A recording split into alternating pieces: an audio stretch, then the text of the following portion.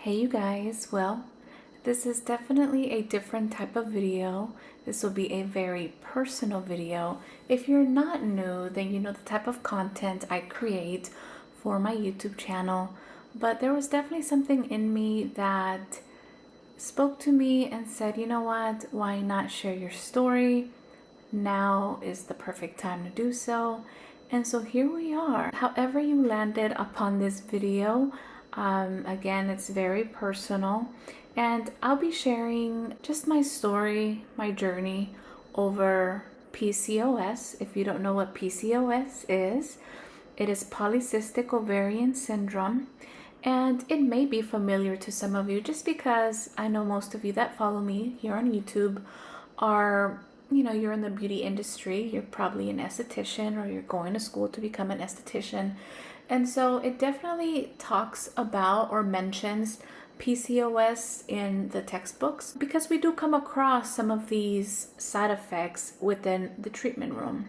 Now for me, you guys, it's definitely been a long road. It's been a long time coming, and so I'm just sharing my story, my journey, and again, it's definitely not for everyone to listen to, but if you're here and you're interested in just kind of finding out what is it that I'm talking about, thank you for being here. Thank you for listening. But if it brings comfort, or I don't know, maybe you're able to connect somehow with my story, just because it is something that not many people talk about. As women, we go through so many things in silence, and we just, you know, maybe just share with our partner, or we go through it, you know, alone.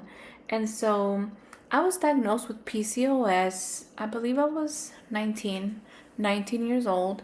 And just to kind of share with you what PCOS is, again, I told you that it is polycystic ovarian syndrome, which is a hormonal and metabolic disorder that affects many systems in a woman's body.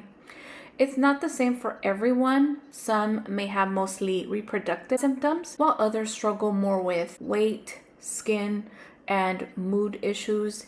So I do want to go over some of these like hormonal effects that, you know, some women may go through. Some may be high androgens, which means like the male hormones that causes acne, excess hair growth, like hirsutism on the women's face, and, you know, certain areas of the body. Next, we have insulin resistancy. The body doesn't respond well to insulin, often leading to weight gain, especially around the belly, cravings, and of course, increased risk for type 2 diabetes. Also, progesterone imbalance, because ovulation may not occur regularly, so periods can become irregular if not also absent, which was something that did happen to me at a younger age. And of course, with reproductive system, irregular or missed periods. So some women may have cycles that are very long, or, you know, stop altogether. It really just depends. That leads to ovulation problems that can clearly make it harder when you're trying to conceive and get pregnant. So the ovaries may develop many small follicles, not actual cysts, but more so immature eggs that don't release, and so they can grow very large. And I will say that I have had to have cyst removed from my ovaries in 2 different occasions. The last one being in 2019. I had one which was quite large, the size of a golf ball. And trust me, that is a different type of pain. Very, very painful. As far as with metabolic health, like I said, weight gain, difficulty losing weight, even with diet and exercise, the hormonal imbalance makes it a lot harder for women to lose weight if they have PCOS. And of course, like I said, increased risk of also gestational diabetes during pregnancy. So yes, it definitely does affect the skin and hair.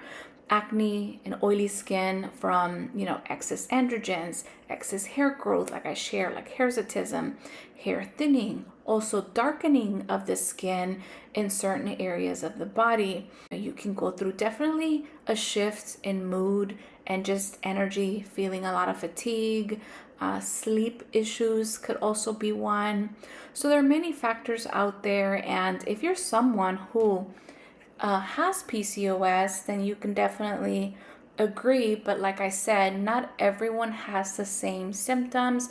Some may suffer from some things more than others, or vice versa.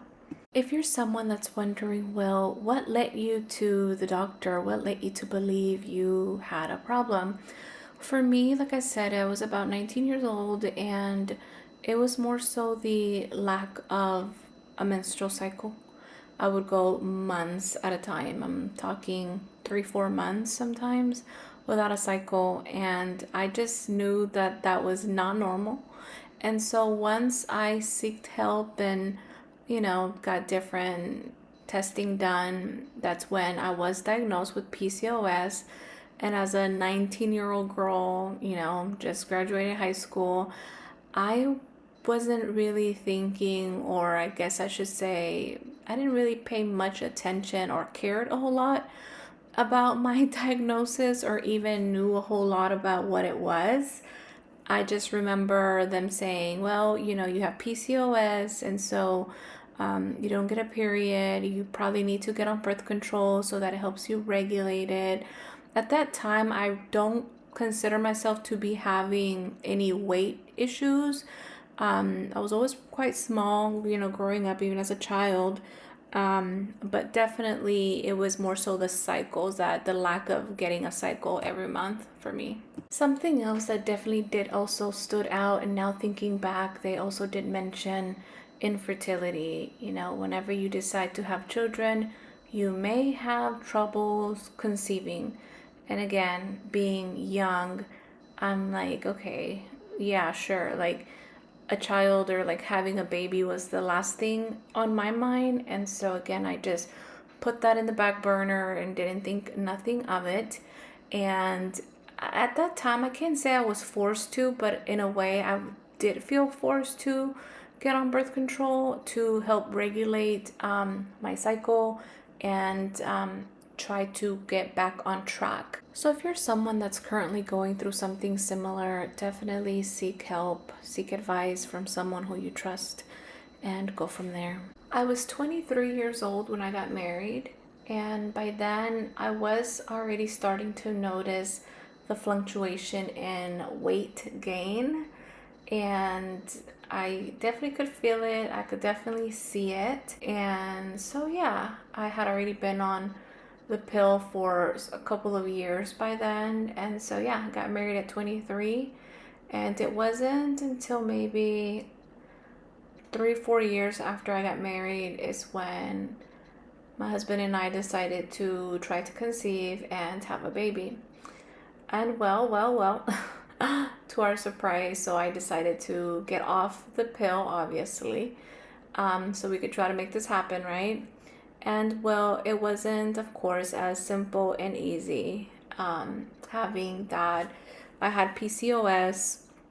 The regularity with my cycles did have a factor, obviously, just because if you don't have a cycle, your body's not really doing what it's supposed to do, making it a lot more difficult in order for you to conceive. Hey, I'm no specialist. I'm just sharing the little bit that I know and my personal story. Also, it's not to say that what I went through is more valid than anyone else's. There's many women out there that go so many years, sometimes even 10 plus years, trying to conceive, and they have no luck, or it takes them 10, 15 years until they get that, their miracle baby. And so everyone's journey is different and valid. When you're trying to conceive, it can definitely take a toll on you. Obviously, if it's not happening as you would expect it, right? It definitely can take a toll on you emotionally, physically, and also mentally. And it can be very hard and difficult. And only those that have gone through something similar could understand what I mean. And it can be very hard. It can be very hard. And once again, it's not something that many women are just going to share out loud or tell others what they're going through or what they're dealing with, just because it can be very hard to talk about while it's happening. So after 2 years of trying to conceive, you guys, I finally got a positive pregnancy test. And I was over the moon. I felt so happy. I felt just happy. I was very, very happy. And of course, I got an appointment with my OB. And of course, I had never been pregnant before. I didn't know what to expect. I didn't know what to do. So after I was able to get an appointment with my doctor, that day finally came. My husband and I were so excited, so happy over the news. Well, when I went in for that first appointment, they did a sonogram. And I mean, I had everything, of course, like exams, tests, everything was showing that I was pregnant. But when we went in and did that first sonogram, they really couldn't see anything, and they just figured, you know what, maybe it's too soon. I believe at that point I was about 6 weeks is what they told me, but they say, you know what, it's still very early. Maybe that's why we don't see like the baby. And so why don't you come back in like 2 weeks so that you're further along and we're able to see things a lot better. And yes, I was having pregnancy symptoms. Everything pointed as to me being pregnant. Of course, I also even got lab work done to check my HCG levels, which is a hormone that your body produces during pregnancy. It helps, doctors know how far along you are and things like that. And so, yeah, those HCG levels were high. And again, everything pointing to me being pregnant. It was finally time for me to go back to my second ultrasound appointment after waiting what felt like 2 long weeks. I go in again. I'm showing signs of pregnancy. Everything was well. I didn't have any type of strange symptoms besides just regular feeling nauseous and things like that. I go in, and of course they start doing the ultrasound, and they yet again do not see anything in the ultrasound. And of course they start questioning me if I noticed anything, if I've had any abnormal bleeding, things of that nature. I don't want to trigger anyone. And I said, no, I mean, I think that would be something I would notice if it happened. And they were like, are you sure? Are you sure? Because there's just, we don't see a baby. So at that point, they were like, you know what? We're really sorry, but we really think that you had a miscarriage. So I left the doctor's office devastated, of course. I cried so much that day, and they of course wanted me to continue to get lab work done to make sure that my HCG levels were going down and, stabilizing and making sure that it goes back to almost zero. And so I, of course, told my husband about it. Like I said, I was just really brokenhearted. I was crying. I was just so sad. It was a rough time. So I believe it was a week after that when they had me go back and do more lab work to check my HCG levels.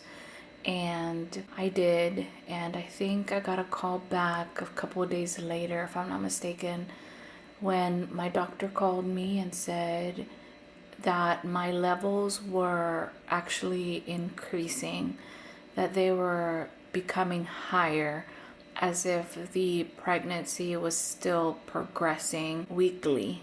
And so I remember being at work that day and getting the news over that, and he said we need to go in and perform a D&C. A D&C is a surgical procedure that gynecologists perform on the uterus.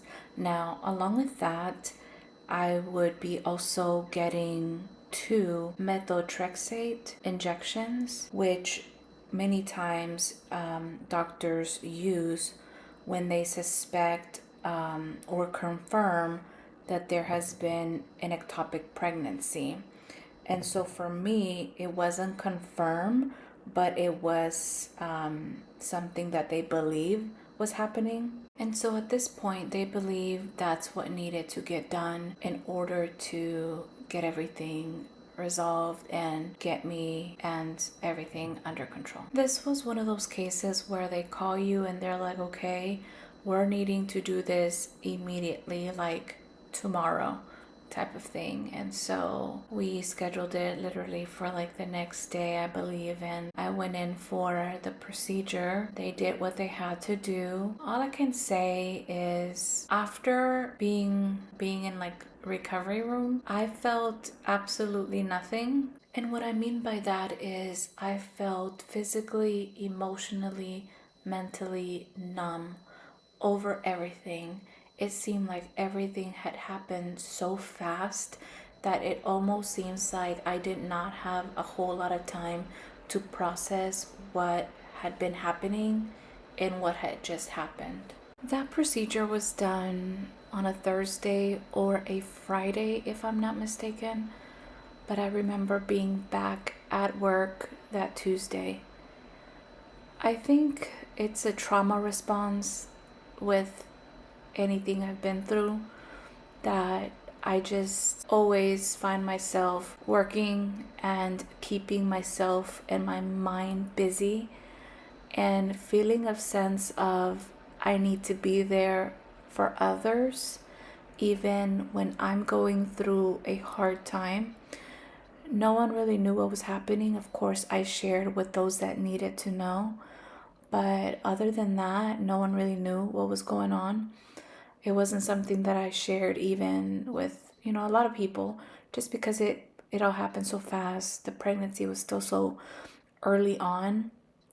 But I definitely have found later in life that I think is just a trauma response. I always find myself burying myself in work and trying to stay busy and being there for others.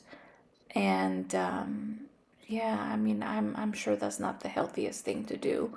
I definitely have tried to change my ways, but I've always just kept going and show up. 2 weeks after my procedure, I started to experience some pain, almost like menstrual cramp like pain on my left side of my abdomen.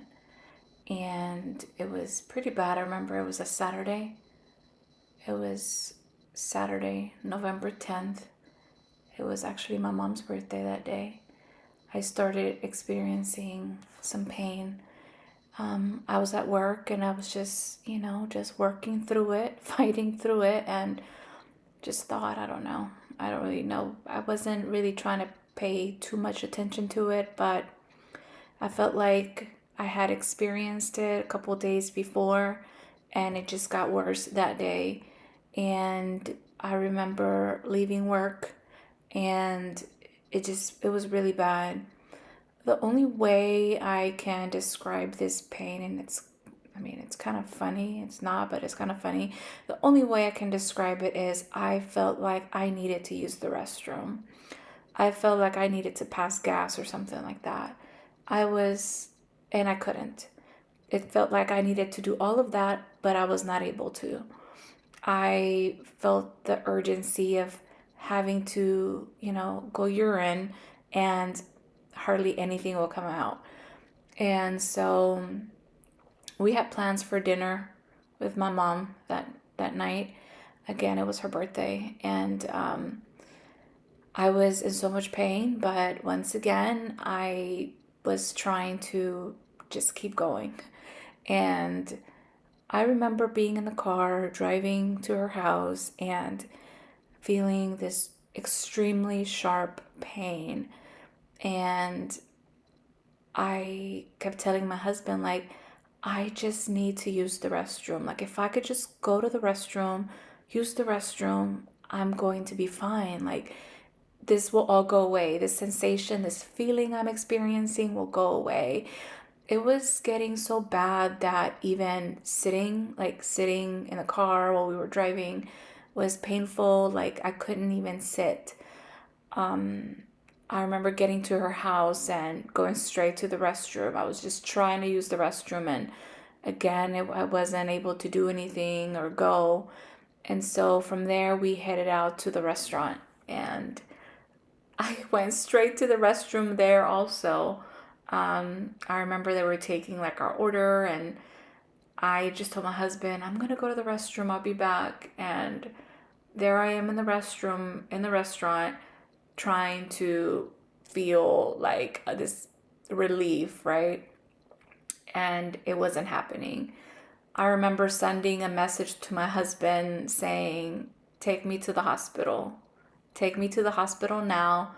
And he was like, are you sure? Like, do you want me to take you to like the nearest hospital? And I just said, no, take me where my doctor is. Like, take me. It was a little further out. And so I got out of the restroom. I told my mom, like, hey, what was happening, and that, my husband was going to take me to the hospital. And so we did just that. Mind you that once we got there, of course, they're asking me a million questions. There was a specific reason why I told my husband to take me to that specific hospital, and that's because my doctor is in that building. And so I just knew that they were going to have my chart, my file, and whatever they needed. And so they're asking me all these questions. If I'm pregnant, I mean, I'm explaining to them the pain that I'm having. And so they see that I, quote unquote, was pregnant. And so they're not really trying to do like a CT scan, CAT scan, or any of that, just in case, right? So finally they, after some time, they do an ultrasound, and they weren't really saying anything. No one was really telling me anything. And I just remember hearing a group of people talking and them saying, we need to call her doctor. We need to call her doctor now. And I'm not kidding. It felt like the doctor lived behind the hospital, because it felt like he got there within less than 5 minutes. I mean, that's what it felt like. And I just knew something was going on the minute they said, we're going to need your earrings. I just knew that something was up. They didn't really want to tell me what was happening until my doctor got there. Once he got there, he said, Yadi, I'm so sorry, but it looks like the baby is in the fallopian tube and we have to perform emergency surgery. So even after the DNC and the shot and all the things that they did 2 weeks prior, it did not work.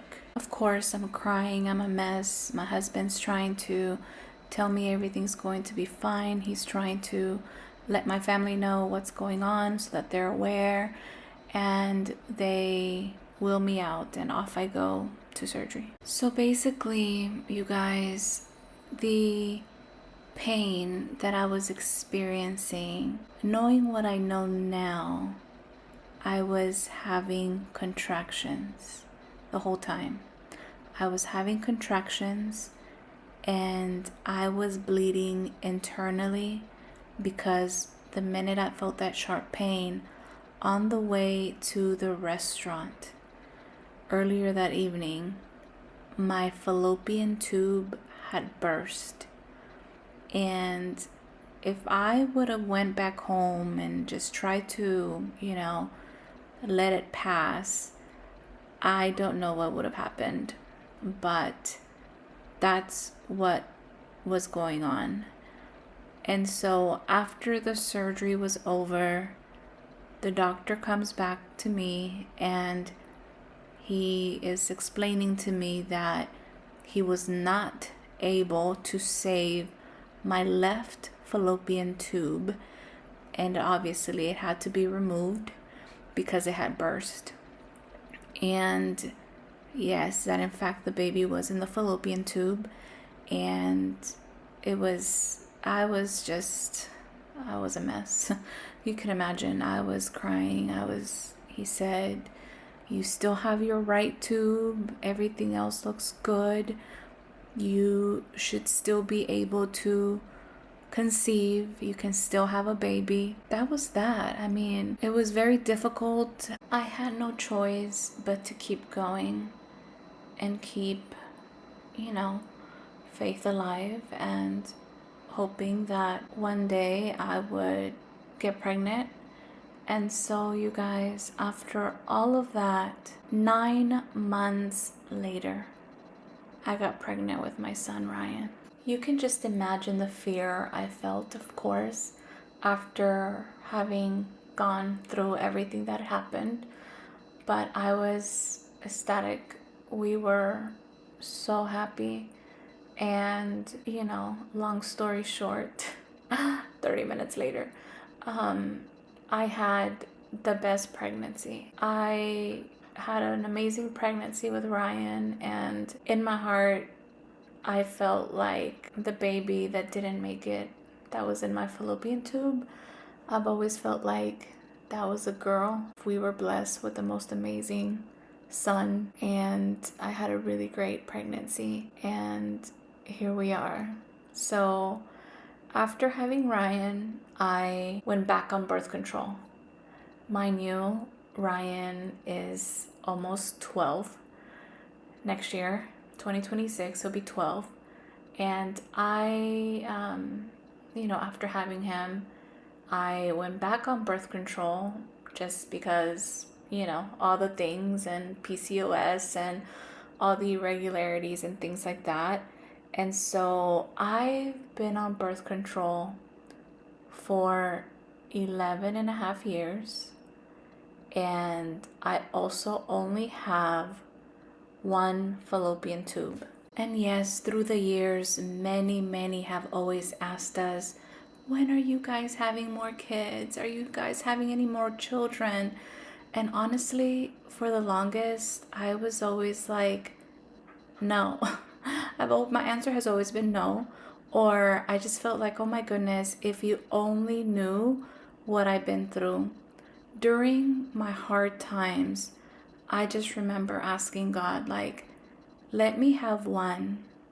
Let me go through the experience and allow me to have one. And so when I was able to get pregnant, I felt like that's all I needed. And I had him, and I was so thankful that I was never thinking of any more. I was happy, I was content, and eventually people stopped asking just because it was like, oh no, one and done, and that was it. Or so we thought. Boy, I'm telling you, you think you have life and everything planned, but sometimes God or the universe, whatever you believe in, has other plans for you. And May 2025, I was extremely surprised and shocked to believe that I was pregnant. And you guys, I wish I would have recorded my expression, but honestly, I was in full panic attack. And if you're wondering why, well, for the simple fact that I've been and had been till that day on birth control for 11 and a half years and only one fallopian tube. So when I saw that positive pregnancy test, I just lost it. I lost it completely. I was going through a lot of emotions, just a lot of things, and we just couldn't believe it. My husband and I could not believe it, and I'm excited. I'm scared, of course, but we are extremely happy, and we are so excited to be having a baby girl, which in my heart, I feel like she found her way back to me. found the right tube. She found the right tube and found her way back to me. And we'll be having a baby girl January of 2026. They say good things happen when you least expect them. Hey, it's getting late. Have you caught anything yet?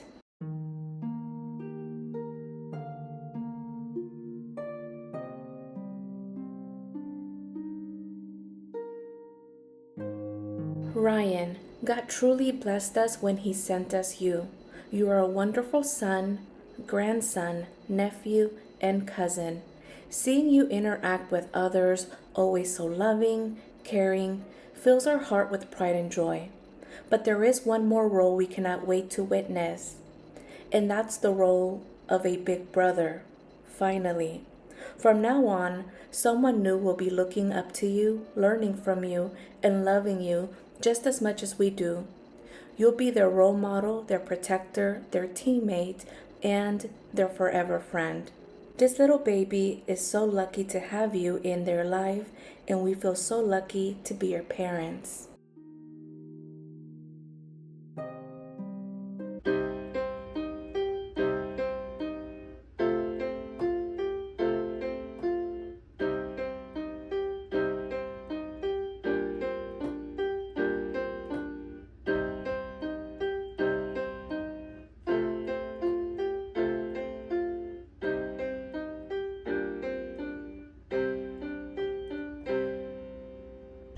Five, 4, 3, 2, 1, go!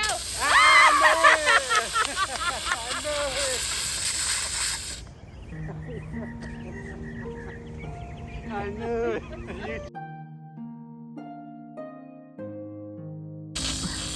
You